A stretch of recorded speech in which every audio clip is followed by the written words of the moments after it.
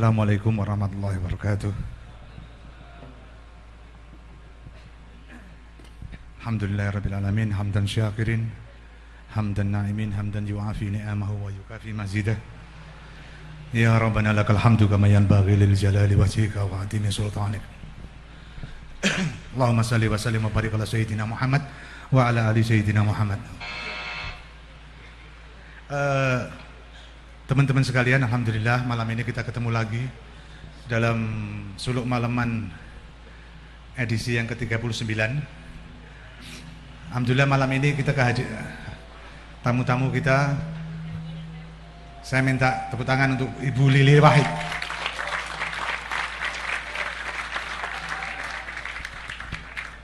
Kalau bahasa bapak bangsa biasanya dipakai, seharusnya ada ibu bangsa. Dan beliau ini salah satu ibu bangsa kita.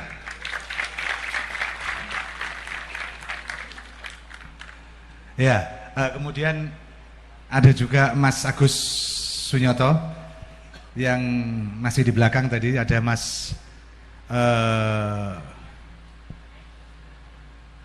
Gus Gofur, monggo, ahli tafsir kita. Kemudian ada juga Mas Ilyas, monggo Mas Ilyas, dosen tergil kita. Dosen tergil dah gue. Dosen luput saka kotak gue. Kemudian ada Mas Hadi Mulyo. Ndi ono Hadi Mulyo, Mas Hadi Mulyo. Masih di belakang ya, oke. Kemudian nanti ada Mas Rosid juga, nanti kita sambil kita menunggu Gus Lukman ini perjalanan dari Rembang ke sini, Menteri Agama kita yang insya Allah harusnya menjadi salah satu pemimpin juga nanti, mulai mimpin NU, mimpin Indonesia. Ya, teman-teman yang di luar saya minta untuk lebih merapat, mendekat. Monggo, kita masuk merapat aja biar lebih hangat. Yang di depan agak maju. Mestinya saya memanggil Muspida dulu, sekarang apa namanya istilah? Apa? Kopemindu. Tapi kok nggak ada yang kelihatan hadir ya. Jadi Pak Bupati saya undang, Pak Wakil Bupati saya undang, Pak Sekda saya undang, Pak Kapolres, Pak Dandim, Kepala Kejaksaan, Kepala Pengadilan, Ketua DPRD, tapi atau mata saya yang agak buram mungkin nggak ngelihat. Atau diwakili rakyatnya aja. Ya, teman-teman, alhamdulillah nanti kita akan bicara banyak. Ada teman-teman dari lintas agama dari Jogja, dari Kudus. Jadi juga hadir saudara kita Wong Sikep dari Lair Rejo.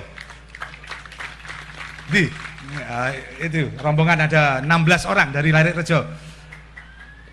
Bahwa kita ini satu bangsa, kita ini gambar bangsa kita ke depan. Kita akan ramu lagi bangsa ini. Kalau tema kita hari ini Bhinneka Tunggal Ilang, kok guyu gitu? Tunggal ilang itu loh, ilang yang di Nur. Nur. Jadi nanti Pak Agus saya minta juga menjelaskan Bhinneka Tunggal Ika itu asalnya dari mana, filosofinya apa.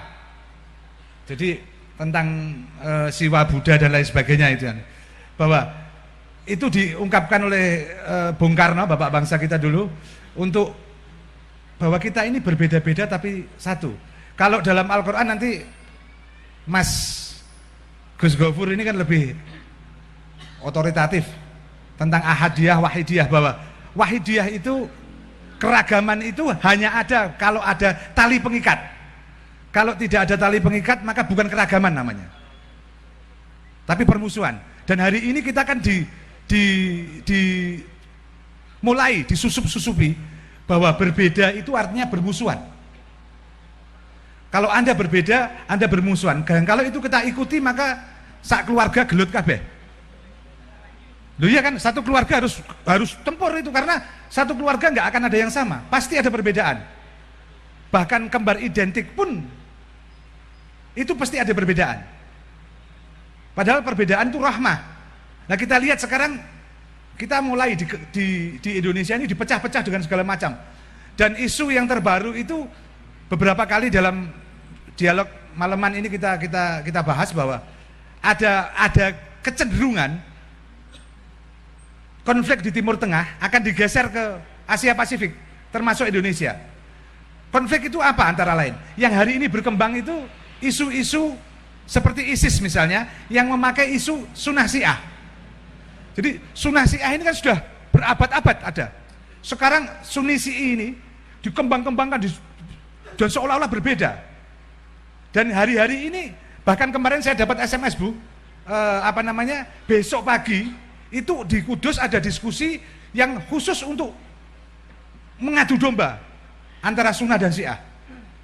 Ini kan kita sedang disiapkan, perbedaan ini seperti sedang disiapkan secara psikologis masyarakat ini bahwa kita akan bertempur dan besok akan diadu-adu betul.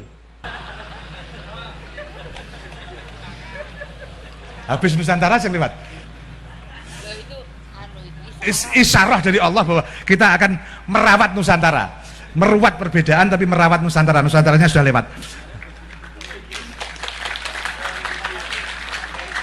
Jadi bagaimana kita sekarang hari ini menyikapi perbedaan itu, kita ruat bahwa perbedaan itu rahmat, adalah kekayaan, sehingga kita bisa merawat juga nanti Nusantara. Selamat datang Mas Konyek CS, ini grup lawak dari Dai dan lawak Pati yang nanti juga saya ajak naik itu. Ya, mungkin daripada saya ngomong panjang, nanti kita panjangkan lagi.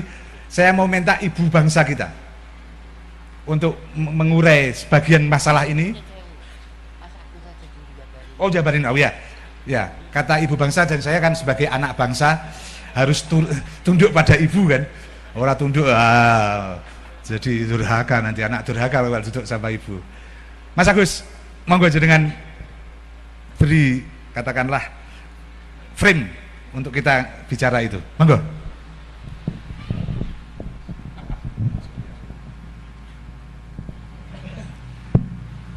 Assalamualaikum warahmatullahi wabarakatuh.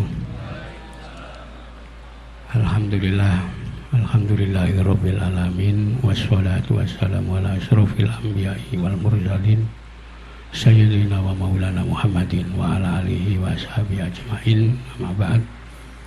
Pada yang kami muliakan Habib Anis Soleh Basin sebagai Sohibul Bait, ya, dan Ibu Lili Wahid dan Gus Gofur Maimun yang kami muliakan, dan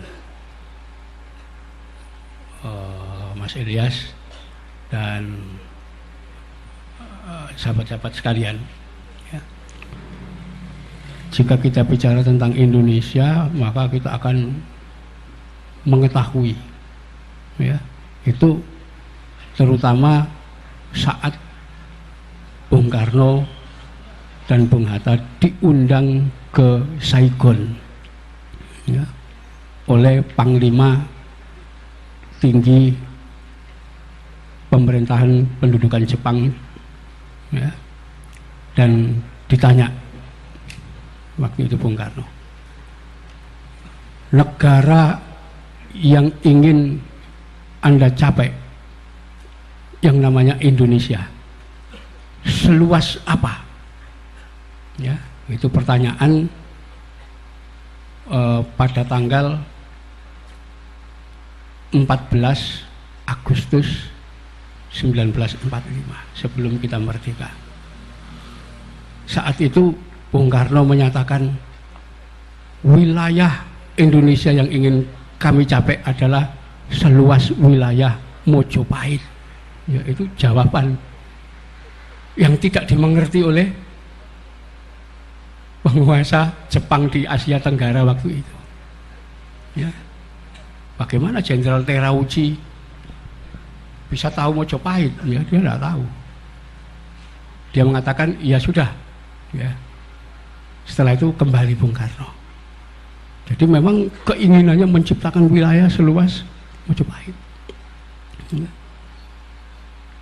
Itu sebabnya Bung Karno marah ketika Malaysia memproklamasikan kerajaan persekutuan Sultan-Sultan Melayu. Ya, kenapa? Karena menurut Bung Karno ini bagian dari Indonesia, bagian dari Mojopahit dulu. Ya, termasuk Thailand Selatan, Filipina itu di situ cita-citanya. Ya. Jadi memang yang dicita-citakan Indonesia itu negara besar bekas warisan Mojopahit. Tetapi ada satu problem yang sulit ya untuk mewujudkan cita-cita bapak bangsa ini. Kenapa? Mayoritas ya, orang-orang yang menyetujui pembentukan Indonesia adalah didikan Belanda. Mentalitas mereka sudah dibentuk menjadi mentalitas inlander, mentalitas bangsa terjajah.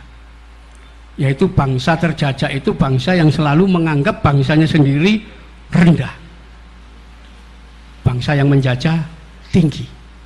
Mentalitas itu ya, yang mengganggu terwujudnya Indonesia sebagai negara besar ya, sebagai bangsa besar. Saya teringat ya bulan lalu Profesor Dr. Budi Dharma ya, beliau aslinya orang Rembang tapi jadi guru besar di UNESA Surabaya ya. Beliau banyak sastrawan, menulis buku banyak. Beliau bercerita dalam Orasi Budaya, bercerita tentang tokoh asal Inggris namanya Robinson Crusoe. Robinson Crusoe ini terkenal sebagai pengembara. Dia sering datang ke berbagai tempat. Sampai satu ketika dia datang ke satu daerah dan dia menemukan ada orang kulit hitam ya. Kemudian dia membayangkan orang kulit hitam ini akan saya didik, saya ajari membaca, saya ajari bicara bahasa yang bisa dikenal ya. Saya ajari bagaimana melayani, bagaimana itu. Dia akan saya jadikan budak saya, budak yang terpelajar. Nah, orang kulit hitam begitu dia ketemu dengan Robinson Crusoe, dia punya anggapan, ini dewa yang datang dari langit, kulitnya putih. Saya harus mengabdi kepada dia supaya saya selamat. Ya. Apapun yang diperintahkan akan saya patuhi. Disitulah terjadi ya, sama keinginan Robinson Crusoe dengan budaknya tadi. Jadi sebetulnya orang yang menjadikan dirinya sebagai budak, mentalitasnya dia sendiri ya. Begitu juga orang Indonesia ketika merdeka itu mereka menginginkan negara ini di bawah kontrol pemerintah Belanda ya. Sementara Bung Karno tidak, kita harus berdaulat ya. Dan semua orang-orang yang mengikuti pendidikan Belanda mengatakan Pancasila itu sementara aja ya. Kenapa? Itu kan lokal Pancasila, bikinan Soekarno itu ya. Soekarno orang lokal dan Pancasila itu lokal, kan itu rendah, tidak boleh digunakan dasar negara. Kita harus dasar negara apa yang sudah diformat dan diciptakan oleh Barat. Nah, disitulah kita akan melihat nanti ya, usaha-usaha bagaimana menghancurkan Republik Indonesia dengan menggusur Pancasila dan Undang-Undang Dasar 45 ya. Itu mulai peristiwa 6 Juni tahun 46 itu sudah usaha ya, untuk merampas kekuasaan muncul. 18 September 1948 di Madiun ya juga ingin mewujudkan gagasan asing semua. Nanti pemberontakan PRRI Permesta sama, ingin menggusur semua unsur lokal dan ingin menerapkan unsur asing. Sampai nanti peristiwa 65 dan seterusnya itu adalah usaha bagaimana unsur lokal ini disingkirkan dan diganti unsur asing dari barat. Ya, itulah sampai sekarang ya, belum hilang, pikiran kita itu belum hilang. Mayoritas orang kita masih menganggap bahwa apa yang dari barat itu luar biasa dahsyatnya, yang lokal rendah. Ya. Itulah kata Bhinneka Tunggal Ika yang itu digunakan sejak zaman kuno, ya, yang dipungut oleh Bung Karno dari tulisan Emputan Tular, ya, di dalam kitab Sutasoma. Ya, di situ ditegaskan Bhinneka Tunggal Ika Tanhana Dharma Mangroa. Artinya berbeda-beda tapi hakikatnya sebetulnya satu. Ya. Apakah dia agamanya Siwa, agamanya Buddha, tapi sebetulnya yang disembah satu, Tuhan yang Maha Esa, Tunggal, disebut dengan berbagai nama. Ya. Tidak ada agama yang mendua itu. Semuanya urusannya satu. Sekalipun prakteknya berbeda. Itu diambil sama Bung Karno. Ini untuk mempersatukan keragaman masyarakat di Indonesia yang terdiri dari sekitar 400 suku dan subsuku dan memiliki bahasa lokal sekitar 700 bahasa suku dan subsuku. Ya, jadi itu kita kalau melihat dari antropologi luar biasa, belum dari kekayaan alam Indonesia. Ya. Kalau kita melihat peta yang berkaitan dengan potensi sumber daya alam, kita akan melihat Saudi itu kekayaan alamnya cuma minyak. Ya. Di luar minyak nggak ada.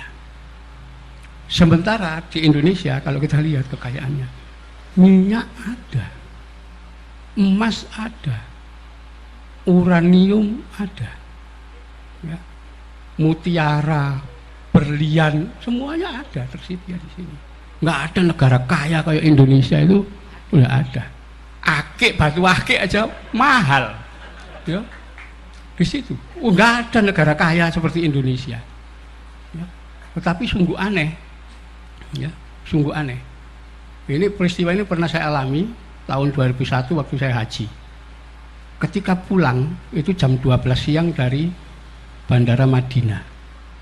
Pesawat terbang itu saya kebetulan duduk di pinggir. Bawah itu saya lihat hanya pasir dan bukit-bukit batu. Ya, nanti jauh gitu baru ada oase, pohon kurma dengan beberapa rumah. Habis itu pasir lagi, ya, dan bukit batu. Sampai maghrib berhenti di pelabuhan udara Damam. Habis itu terbang lagi. Subuh sampai Indonesia. Ketika masuk Aceh, kelihatan sekali bagaimana sawah itu hijau, hutan, gunung, sungai-sungai, ya. Kemudian pabrik-pabrik pertambangan, gitu. Semuanya kelihatan, ya, di situ. Nah, melihat dua perbedaan itu, saya tanya kepada teman yang ada di sebelah saya, ya. Kebetulan teman saya itu waktu itu menjabat ketua Ansor Kabupaten Kediri. Saya tanya, Abu Muslik namanya, Bu, kamu lihat nggak yang aneh dari perjalanan kita? Apa, Mas? Menurut logika, orang yang tinggal di daerah gersang pasir itu pasti cari makan di daerah subur. Kita ini terbalik kemarin itu. Indonesia negara subur, cari makan di Saudi. Ya, ini gak masuk akal. Bagaimana warga yang tinggal di negara yang subur, tempat sawah, tempat, ya, hutan, tempat segala macam kekayaan ada di sini, bisa cari makan di padang pasir? Itu gak masuk akal. Artinya ada yang gak beres ngatur negara ini. Ya, itu. Artinya kita selama bertahun-tahun ini dibodohi oleh pemimpin-pemimpin kita. Ya, kenapa? Ya karena cita-cita negara ini dibentukkan ingin membawa masyarakat supaya adil dan makmur. Ya, adilnya sudah gak kecapean, makmurnya tambah menjauh, gak makmur-makmur. Ya, jadi ini kondisi kita saat ini sudah seperti itu. Dan sekarang lebih kacau lagi. Ya, semua orang berambisi menjadi pemimpin.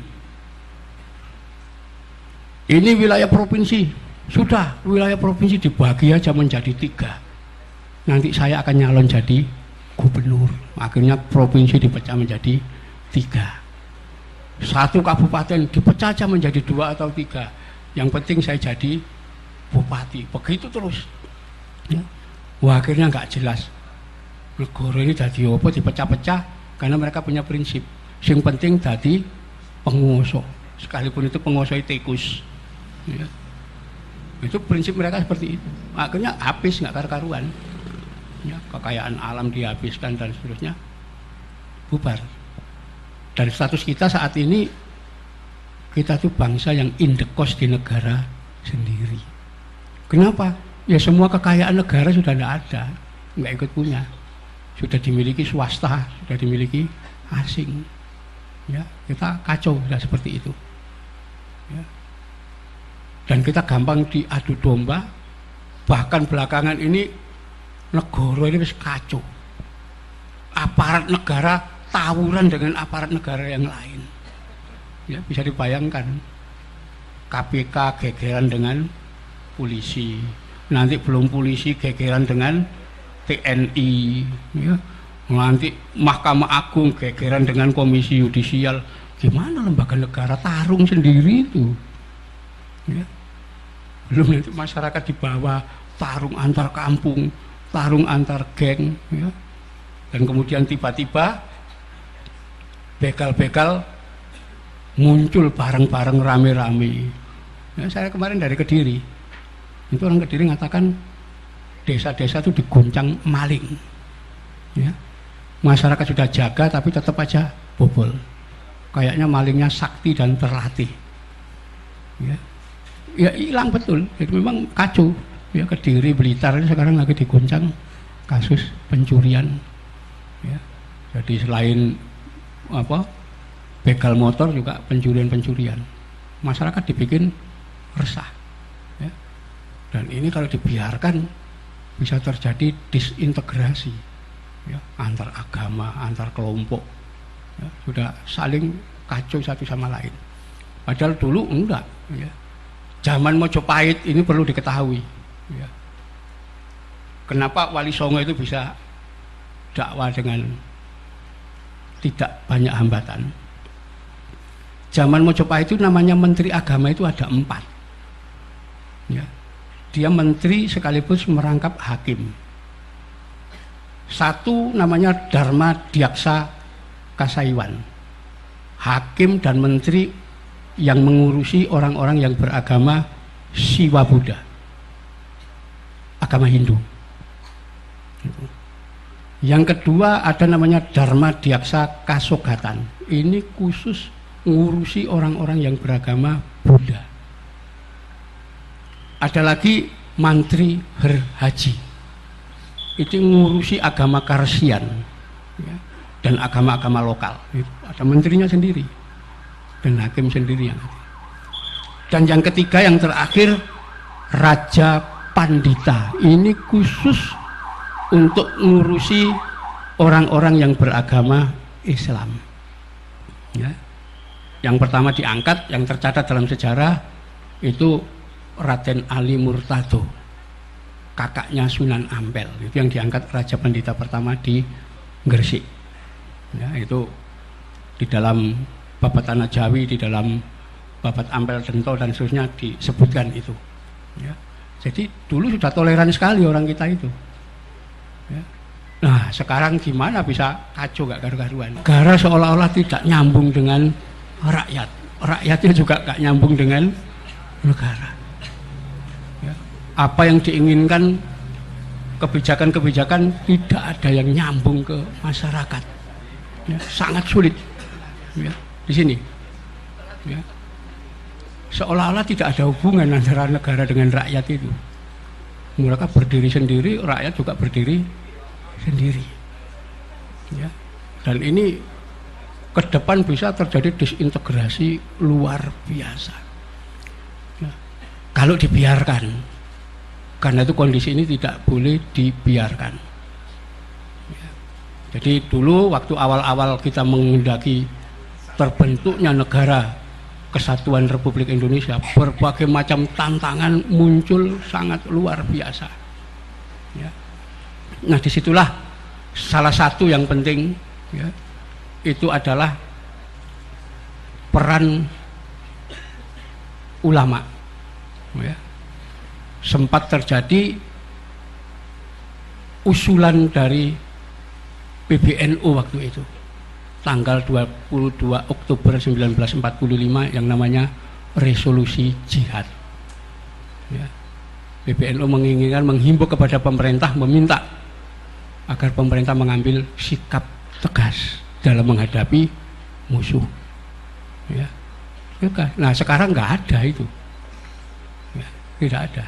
Masyarakat sibuk sendiri dengan urusannya sendiri, pemerintah juga sibuk sendiri dengan urusannya sendiri. Nah kita khawatirkan ini nanti bisa pecah menjadi desintegrasi. Ya. Jadi kalau sudah desintegrasi ini susah. Ya. Seperti yang terjadi di Irak itu udah gak karu-karuan. Pemerintah mau dibentuk, kepercayaan rakyat sudah merosot. Gitu. Dan yang jelas seperti kita ketahui, keutuhan masyarakat di Indonesia itu tergantung pada pemimpin. Kenapa?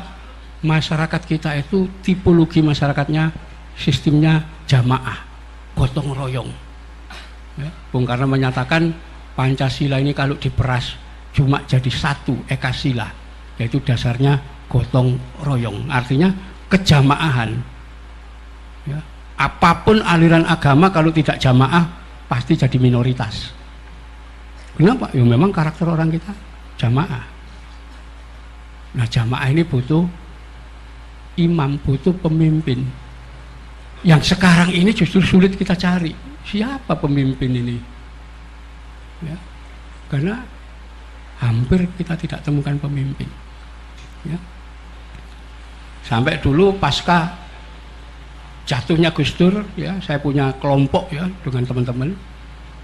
Itu kita menginginkan kriteria pemimpin cuma 2 saja.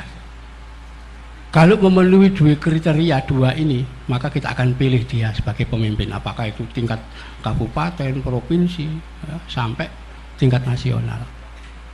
Kriterianya cuma 2, sederhana ini. Apa? Pemimpin wajib cerdas, pinternya melebihi rakyat yang dipimpin. Jangan sampai rakyatnya lebih pintar dari pemimpin ini, gitu. Ya. Jadi harus punya sifat fatonah. Ya. Kalau sifat fatonah ini menghadapi pemilihan apapun, wah pesaingnya pakai uang, dengan kecerdasannya dia akan mampu mengalahkan. Di situ. Kalau dia nggak cerdas, ukurannya ya duit. Siapa yang punya duit dia menang.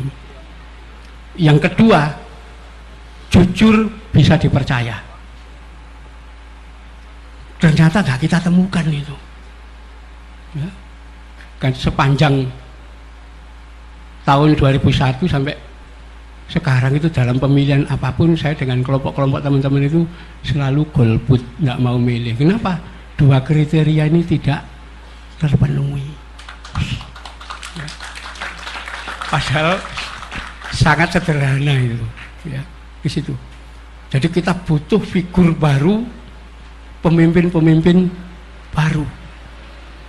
Karena segala macam persoalan yang diakibatkan oleh keadaan yang tidak kondusif dalam mengelola negara, mengelola masyarakat, mengatur dan seterusnya, itu nanti akan menimbulkan desintegrasi, perpecahan. Nah, untuk memperbaharui itu dibutuhkan orang-orang muda usianya, tapi besar potensinya. Sekarang ini anak-anak muda sengaja dilumpuhkan, padahal kuncinya ada pada anak muda. Islam itu muncul awal sekali, ya. Anda bisa baca itu daftar nama ashabikunal awalun, 40 orang yang pertama kali masuk Islam, anak-anak muda semua, ya. Sayyidina Ali aja usianya baru 13 tahun, ya. Yang paling tua Sayyidina Abu Bakar, usianya 38.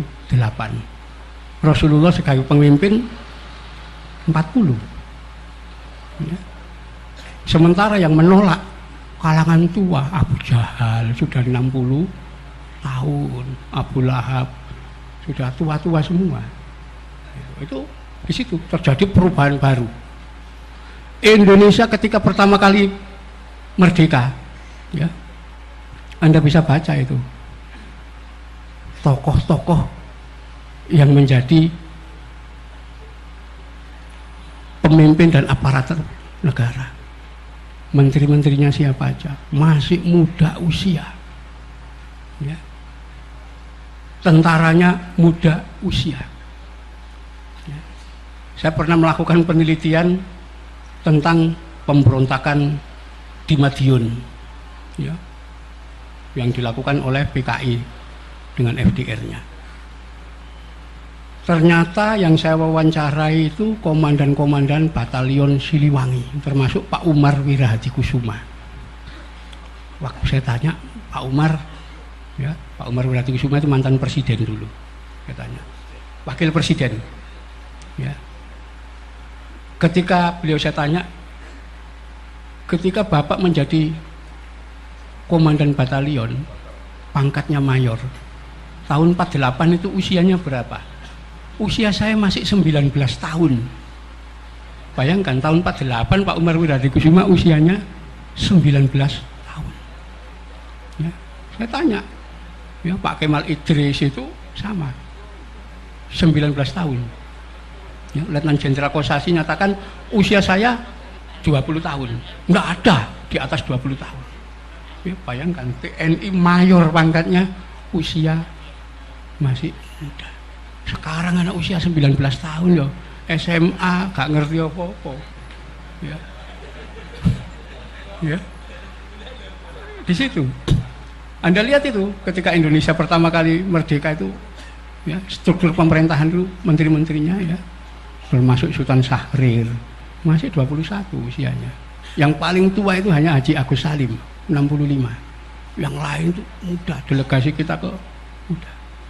Nah, karena itu kalau Indonesia sekarang ini mau melakukan perubahan, generasi muda yang maju, ya. Syaratnya pinter, ya, punya pengetahuan dan jujur, amanah, bisa dipercaya. Kita butuh orang-orang muda. Yang tua-tua itu sudah, ya, kita jadikan penasehat aja, jangan mimpin, ya. Karena di dalam tradisi kekuasaan di Nusantara, orang kalau sudah usianya 50 tahun, seorang raja usia 50 tahun, maka dia wajib mengundurkan diri dengan istilah lengser kaprabon madeg pandito. Usia 50. Ya, kenapa? Dia diangkat usianya muda. Hayam Wuruk itu mau diangkat menjadi Maharaja Mojopahit usia 16 tahun dan belum kawin. Ya, masih muda. Ya, jadi memang pemimpin-pemimpin dulu muda. Kalau Anda lihat peristiwa, perang Trunojoyo, Trunojoyo usia 16 tahun kawin, usia 20 tahun ngangkat senjata, usia 25 tahun mati dieksekusi. Saya bayangkan tua, ternyata enggak, usianya masih muda. Ketika dieksekusi usianya 25 tahun. Tokoh Karaeng Galesong macam-macam dieksekusi usia 26 tahun, masih sangat muda. Ya, kenapa? Dia sudah muncul. Jadi tokoh-tokoh dulu memang begitu. Nah, sekarang terjadi pergeseran karena pengaruh Eropa dan seterusnya. Orang kalau mau jadi pemimpin usianya harus di atas 60, harus, ya, sebentar lagi dah pikun, ya.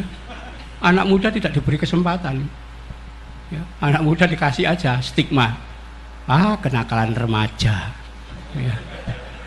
Nggak ada kenakalan orang tua itu. Ya.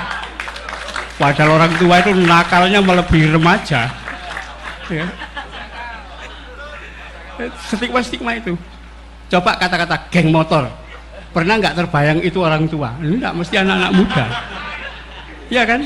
Anak muda yang tewas minum oplosan cukri, anak-anak muda semua yang di stigma jelek rendah itu anak-anak muda, padahal sebetulnya itu potensinya ya, harusnya anak muda yang maju ya, justru orang-orang muda itu kita butuhkan sekarang, wajah-wajah baru, pemimpin-pemimpin baru itu nanti yang akan mampu istilahnya memperbaiki ya, mereformasi betul-betul negara Indonesia seperti yang dicita-citakan ya para bapak bangsa dulu. Saya kira ini yang bisa saya sampaikan, ya mudah-mudahan nanti bisa disambung dengan yang lain. Monggo Pak. Saya kira ada masalah-masalah kan, ya. Jadi kenapa kok umat Islam sekarang misalnya gampang sekali dipecah-pecah? Saya kemarin dialog dengan beberapa teman, ini ada urusannya dengan demografi, dengan populasi. Jadi teman-teman ini kan kalau kita melihat Islam dari tahun, nggak usah tahun lama-lama deh, nggak usah dari Wali Songo, dari tahun 60-an saja, 50-60 itu masjid masih sedikit, musola-musola sangat masih sedikit. Ada booming itu tahun 80 ke atas, ada reislamisasi 80 ke atas, orang menjadi beridentitas Islam lagi, tapi dengan minus satu hal, minus pengetahuan. Nah, mereka minus secara pengetahuan dengan Islam, tapi merasa Islam. Nah, ini yang kemudian gampang sekali masuk tubrukan antar umat ini, karena pengetahuannya sangat terbatas. Jadi yang kita perlukan sekarang ini tampaknya Kementerian Agama harusnya mereedukasi kalau tentang Islam itu, karena kita bukan given ini Islam ini. Kita nggak bisa mengandalkan keluarga-keluarga yang Muslim yang reislamisasi sejak tahun 80 ke atas itu membuat kita ternyata bangsa ini gampang sekali disusupi dengan macam-macam takfiri, macam-macam salafi yang keras-keras, garis keras. Kita nggak menolak Wahabi, nggak menolak anu ya. Artinya kalau kita bisa saling berapresiasi, saling menghargai. Yang terjadi kan enggak. Tadi saya singgung sedikit, berbeda itu artinya bermusuhan. Hari ini menjadi begitu. Ini yang tampaknya salah satu faktor utama. Jadi kenapa teman-teman saya ketemu dengan teman-teman BNPT kenapa kok anak-anak muda yang gampang jadi teroris itu? Karena mereka tidak terdidik, begitu dimasuki bahwa ini surga mereka cepat sekali untuk entah siapa yang rekrut. Saya nggak ngomong siapa yang rekrut ya, karena bisa siapa saja yang merekrut dan menjadi garis sangat keras. Jadi sebenarnya forum semacam ini kan kita buat untuk bahwa mari kita menjernihkan kembali pikiran kita bahwa masalah bangsa kita ini tidak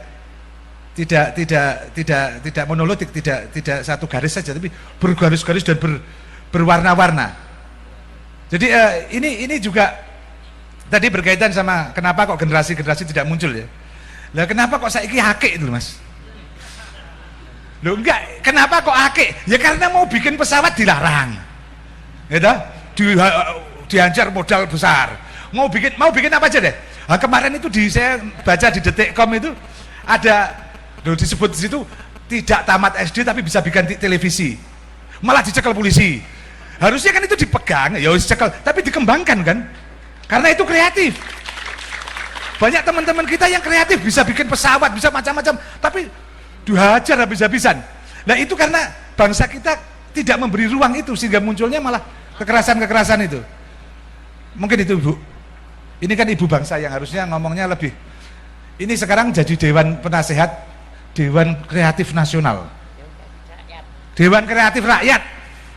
Lah cah-cah iki kreatif sampai semono tahunnya ora ono sing regani, ora ono sing dewani. Padahal ini sudah dapat penghargaan internasional. Indonesia itu tadi diregani nih kalau. Monggo Ibu. Matur nuwun Bib Saleh, Bib Anis Saleh. Assalamualaikum warahmatullahi wabarakatuh. Alhamdulillah wa syukurillah wassalatu wassalamu ala rasulillah sayyidina wa maulana Muhammadin wa ala alihi washabihi wasallim ajmain. Amma ba'd.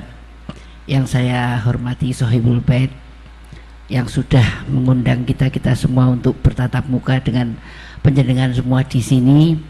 Mudah-mudahan majelis yang kita hadiri ini membawa manfaat buat diri kita semua, membawa manfaat untuk bangsa, ya, dan yang terlebih-lebih lagi membawa manfaat bagi perbaikan generasi muda di Indonesia.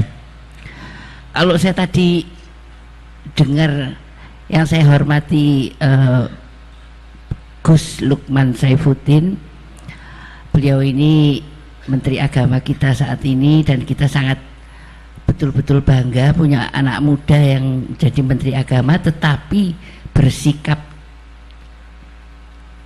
sepuh, artinya bisa momong kiri, momong kanan, karena yang beliau hadapi hari ini itu bukan main.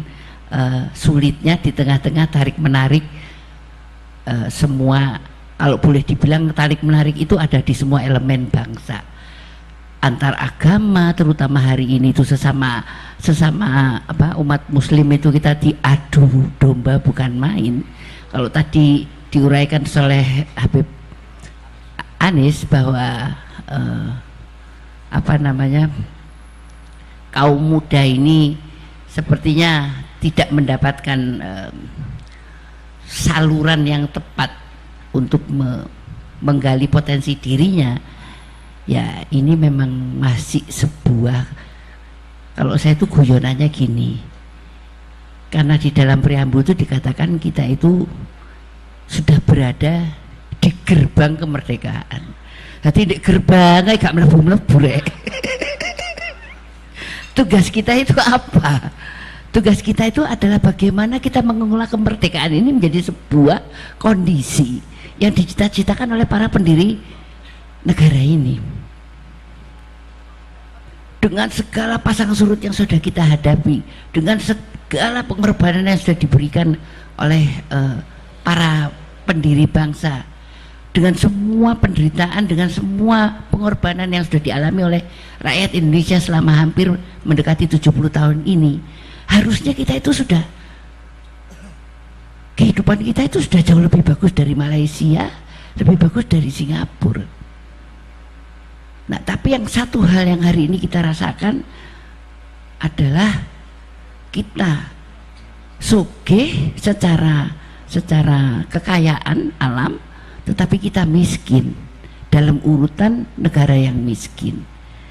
Ya, kalau istilah saya dulu itu, sampai hari ini Indonesia itu masih salah urus gitu loh. Lah, mari kita bersama-sama kita luruskan yang salah-salah ini. Yang saya hormati Mas Agus Sunyoto, yang beliau ini senior. Kalau menurut saya untuk kesejarahan, terutama bangsa Jawa, wah ini jagonya, nggak ada yang ngalahnya Mas Agus Sunyoto hari ini. Yang saya hormati Gus Gofur dan Mas Ilyas dan semua penjenengan yang ada di majelis ini. Kalau kita sama-sama bertekad ingin mengisi kemerdekaan ini dengan memperbaikinya dari kondisi yang ada hari ini, yang harus kita utamakan nomor satu adalah kita harus memulai dari diri kita sendiri dengan bersyukur. Kita ini diuji oleh Allah seperti ini karena banyak dari kita itu yang nggak bersyukur. Diparingi negara dari Sabang sampai Merauke, itu sawah di mana-mana. Lu kok iso impor beras iku piye ceritane? Dan terus yang sakno iku Pak Jokowi dadi presiden pirang dino diuring-uring uang pokoknya impor beras, padahal impornya zaman tahun biyen. Jadi memang ada sebuah kondisi yang kita harus objektif melihatnya. Jadi saya selalu mengatakan bahwa ini adalah saatnya. Kalau presiden yang sekarang ini senang ke bawah, senang turun, senang bekerja, saatnya kita bersama-sama. Karena memakmurkan bangsa ini bukan hanya tugas pemerintah, tapi tugas kita sebagai warga negara Indonesia itu sama, tugas kita juga mempunyai tugas yang membantu pemerintah untuk mencapai kondisi yang adil dan makmur tadi. Karena nggak mungkin cita-citanya para pendiri bangsa itu kita harus hidup keleleran seperti hari ini. Bukan itu yang dicita-citakan beliau-beliau. Dan kalau kita katakan pengorbanan, kita hitung ya, dari mulai 22 Juni 1945 itu ada yang namanya Piagam Jakarta, awal dari pembukaan Undang-Undang Dasar 1945, di mana di situ ada di salah satu silanya di ketuhanan itu ada anak kata yang menyatakan ketuhanan yang Maha Esa, dengan kewajiban menjalankan syariat Islam bagi pemeluk-pemeluknya. Sebetulnya itu kan nggak ada urusannya sama orang agama lain. Itu kan para pemimpin bangsa ini ingin mengikat orang-orang Muslim untuk menjalankan kewajibannya pada Allah dengan sebaik-baiknya. Tetapi pada perjalanannya teman-teman yang beragama yang non Muslim itu merasa keberatan dengan itu. Mereka mengatakan, terutamanya di Indonesia Timur, mereka tidak mau bergabung dengan Republik Indonesia kalau ketujuh kata itu tidak dihilangkan. Pada waktu itu kebetulan yang mewakili, salah satu yang mewakili komunitas Islam itu adalah Kiai Haji Wahid Hasyim. Pada waktu usianya itu, waktu itu masih sangat muda beliau, dan mungkin sekitar 30-an ya, belum 30 mungkin. Kemudian saya yakinlah pada saat seperti itu beliau kan nggak mungkin berani memutuskan sendiri sesuatu yang sangat berat seperti itu. Pasti beliau bertanya kepada orang tuanya yang memang ulama besar, Hadratus Syekh Hasyim Asy'ari. Dan yang saya tahu dari apa yang diberikan beliau kepada gambaran-gambaran yang diberikan pada saya, bahwa terhadap hal-hal yang muskil beliau tuh begitu rupa pendekatannya pada Allah. Saya tanya saiki, panjenengan semua yang ada di sini termasuk yang ada di panggung ini, sapa sing tahu salat rok rakaat? Mocone surat Kahfi ping 41, ayo. Jempol sak jempol seke tak saya acungkan, saya yakin nggak ada. Dulu orang tua-tua kita itu seperti itu. Di dalam menentukan nasib bangsanya tidak pernah lupa bermunajat kepada Allah, mohon petunjuk dari Allah. Ada masa di mana ada pemimpin-pemimpin yang kalau apa-apa itu ya memang bertanya, tapi tanyanya sama orang pinter ya. Nah ini yang sampai sekarang nggak boleh lagi kita ulangi kebodohan-kebodohan seperti itu, karena kalau kita bertanya yang patut dan bisa kita tanyakan adalah Sang Pencipta, bukan siapa-siapa. Kalaupun ada, itu harus kita lihat orangnya mumpuni di dalam segi ilmu. Nah, yang ingin saya katakan bahwa tidak mudah menjadi pemimpin itu. Dulu beliau-beliau itu muda-muda jadi pemimpin, tetapi perjalanan batinnya, pendekatannya pada Allah itu bukan main. Sepertiga malam tuh beliau itu bangun, para guru-guru kita itu berpuasa. Ada yang berpuasa Senin Kemis, ada yang Daudiyah, ada yang berpuasa terus seperti ayah saya sekian tahun itu berpuasa terus. Lah hari ini mungkin yang bisa kita bisa mulai kita tiru itu adalah pengorbanan yang seperti itu di dalam mendekatkan diri kita pada Allah. Insya Allah akan membuahkan hasil berupa petunjuk-petunjuk, hidayah-hidayah yang diberikan oleh Allah. Karena kalau kita lihat bukan hanya di Indonesia ya, kalau kita lihat seperti di Inggris ya, Inggris itu cuma bedo corone ae Bib, tapi klenike padha ae. Orang Inggris itu ya kliniknya sama aja, cuma cara mengemas mereka berbeda dengan kita. Sampai ada Jumat 13 yang ke-13 yang dianggap sial dan sebagainya ya. Kita nggak sampai kayak gitu-gitu banget lah ya. Tetapi ada satu hal di mana ini juga bagian dari kehidupan yang mungkin kalau kita kelola dengan benar akan membuahkan sebuah energi positif kepada diri kita. Energi positifnya itu apa? keyakinan bahwa apa yang kita ambil, jalan yang kita ambil itu benar, karena kita minta petunjuknya kepada Sang Pencipta, pada Al-Khaliq. Lah ini yang terus terang aja saya tidak pernah bosen, saya nyuwun pada panjenengan semua, mari kita mulai lagi meniru kehidupan-kehidupan yang penuh dengan sunnah Rasul seperti itu. Itu satu hal. Yang hari ini sangat luntur itu adalah satu lagi, zuhud Rasulullah. Ini sudah jauh sekali. Kita terlalu jauh lah kalau lihat Rasulullah ya. Kalau kita lihat Sayyidina Umar itu sudah jauh lah.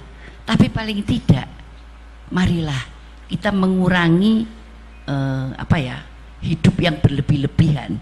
Karena sementara di sisi lain, saudara-saudara kita juga masih banyak yang belum bisa mencapai taraf hidup seperti itu.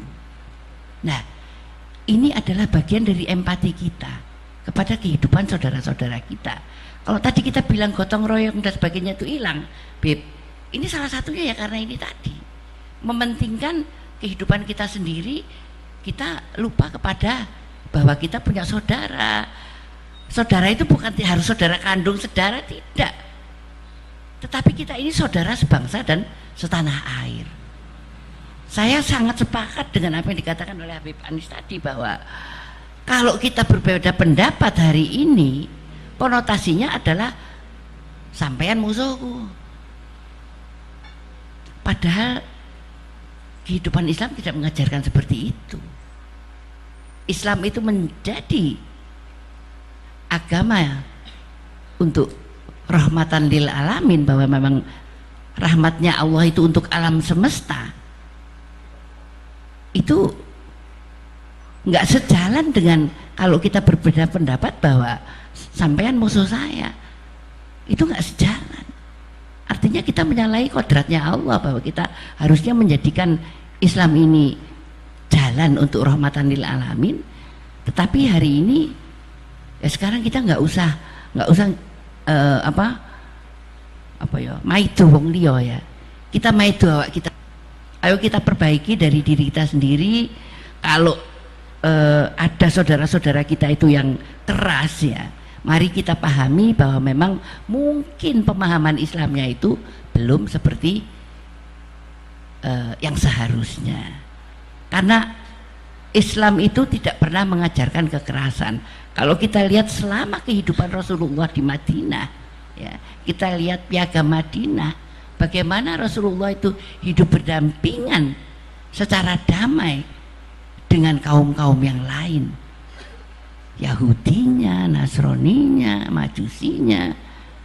Nah, inilah yang sebetulnya oleh para pendiri bangsa kita itu dijadikan landasan.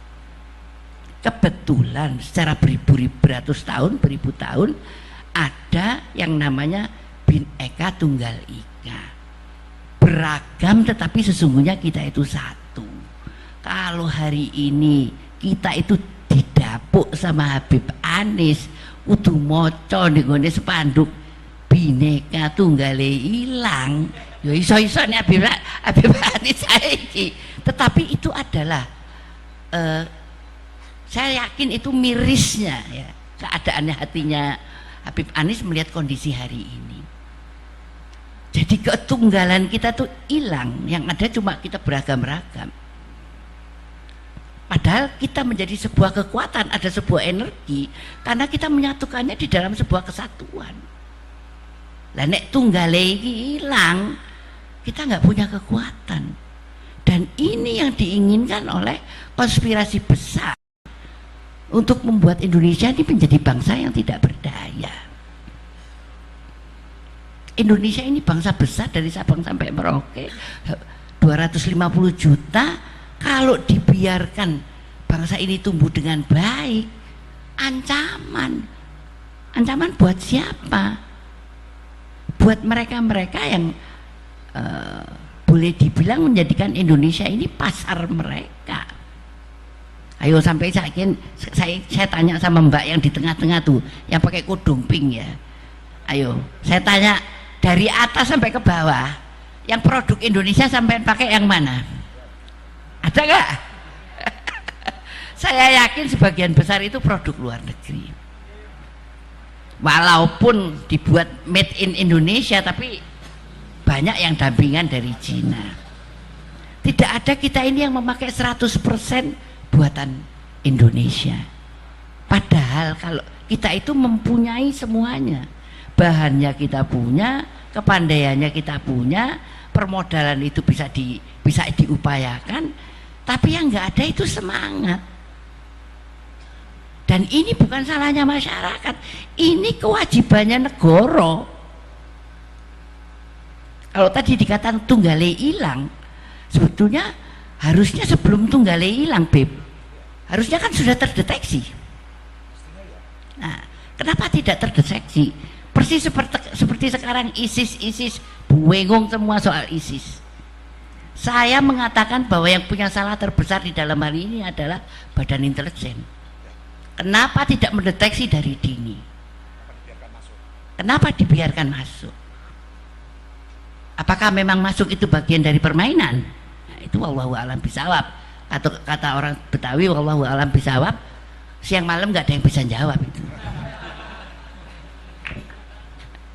Jadi saya ingin mengatakan bahwa memang ada institusi-institusi negara yang kita inginkan untuk segera melakukan kewajiban-kewajibannya dengan baik, sehingga bisa, kalau saya tadi mengatakan Badan Intelijen Negara, karena kebetulan saya dulu waktu di DPR itu mitra saya, jadi saya tahu persis, dan memang itu kesenangan saya dari muda dulu itu memang urusan-urusan begitu itu.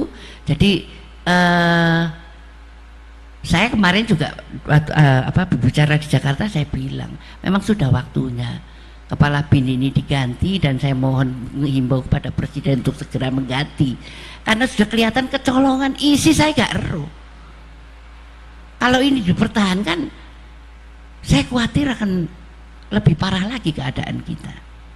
Mau mengganti siapa itu prerogatifnya Presiden, terserah, tetapi gantilah dengan orang yang memang bisa ke depan ini menjadi garda terdepan dari bangsa ini. Begitu banyaknya kejadian di negeri ini yang seharusnya tidak usah terjadi karena kelalaian intelijen. Belum lagi kita dirusak di sisi hukum, sesama aparat hukum dibenturkan. Jadi memang jadi rakyat Indonesia hari ini itu, jadi warga negara itu, nggih Mas, nggih Mbak, saya minta untuk cerdas melihat keadaan, bisa memilah-milah, tidak gampang dikompor-kompori, dan kita tidak berbenturan satu sama lain. Kalau tadi dikatakan mulai tahun 80 kecenderungan Islam itu meningkat secara kuantitas, memang iya.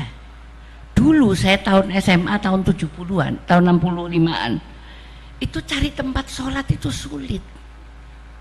Kita kalau sholat tuh ngumpet-ngumpet cari tempat kosong, kita sholat. Kalau sekarang kan di semua gedung negara, gedung sekolah, gedung sampai mall pun disediakan tempat sholat.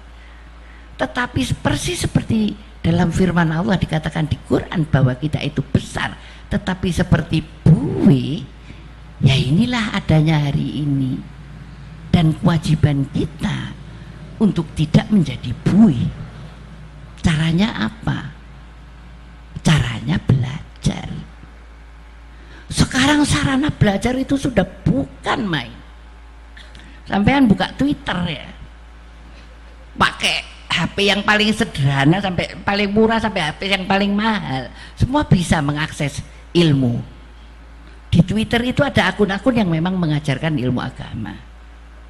Saya dulu kira-kira tahun 90-an akhir ya, itu sampai saya lapor sama Menteri Agama ini, dulu saya itu sampai membuat cetakan salam Safinah ya, jadi tentang fikih yang sangat berkaitan dengan kehidupan kita sehari-hari, bagaimana kita mensucikan diri, bagaimana ini, bagaimana itu yang sehari-hari kita laksanakan. Karena saya tuh di Jakarta itu banyak menemui ibu-ibu muda Ya ndak ngerti, mandi besar itu ndak ngerti. Bapak-bapak, anak muda-muda yang nggak ngerti. Dan ini kalau nggak diajari kan dosa kabeh kita ini. Tapi saya yakin kalau di Pati ini sudah lebih